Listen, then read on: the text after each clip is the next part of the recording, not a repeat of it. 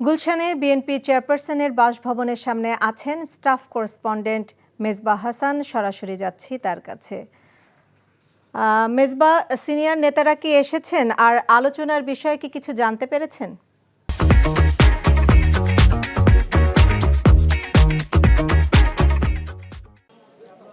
সন্ধ্যার পর থেকে ৮টায় কিন্তু এখানে বিএনপির স্থায়ী কমিটির সদস্যরা আসার কথা ছিল বেগম জিয়ার সাথে দেখা করার জন্য।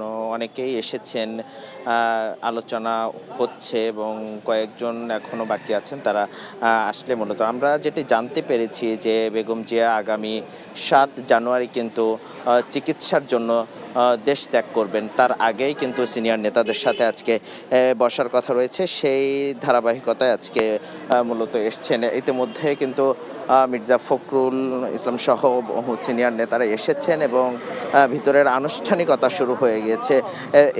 এই যে আগামী ৭ জানুয়ারি কিন্তু চিকিৎসার জন্য দেশ ছাড়বেন, এর আগেও কিন্তু কয়েক দফায় কিন্তু চিকিৎসার জন্য তিনি দেশ ছাড়তে চেয়েছিলেন, কিন্তু তৎকালীন সরকার, স্বৈরাচার সরকারের সময় তিনি বহু মামলায় তিনি গ্রেফতারি পরোয়ানা ছিলেন। তারপর থেকে কিন্তু তাকে কিন্তু দেশ ছাড়ার জন্য নিষেধাজ্ঞা ছিল। তারপর থেকে কিন্তু তিনি দেশেই ছিলেন। সবশেষ ২০১৭ সালে কিন্তু তিনি দেশ ছেড়েছিলেন চিকিৎসার জন্য এবং ২০১৭ সালের জুলাইতে দেশ ছেড়েছিলেন এবং ২০১৭ অক্টোবরে আবার দেশে ফিরেছিলেন। তারপর থেকে বিভিন্ন মামলায় তাকে গ্রেফতারি পরোয়ানার মাধ্যমে কিন্তু দেশে তাকে ঘরবন্দি অনেকটা করে রাখা হয় এবং পরবর্তীতে সেই ঘরবন্দি অবস্থায় কিন্তু ছিলেন এবং বারবার বিএনপির পক্ষ থেকে দাবি করা হয়েছিল যে সুচিকিৎসার জন্য দেশের বাইরে যাওয়ার কথা, কিন্তু কোনোভাবেই কিন্তু স্বৈরাচার সেই সরকার তাকে কিন্তু দেশের বাইরে চিকিৎসার জন্য দেয়। তারপর ছাত্র জনতার গণ অভ্যুত্থানের মাধ্যমে যে আন্দোলনের মাধ্যমে যে স্বাধীন হওয়ার পর কিন্তু কয়েক দফায় কথা হয়েছিল যে তিনি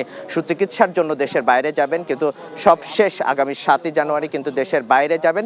সেই আজকে বিএনপির সিনিয়র নেতাদের সাথে মত বিনিময় করছেন যে আগামী ৭ জানুয়ারি দেশের বাইরে যাবেন। তার পূর্ব প্রেক্ষিতেই এই আজকের এই আলোচনা সভা, এটাই আমরা জানতে পেরেছি। এই ছিল সবশেষ।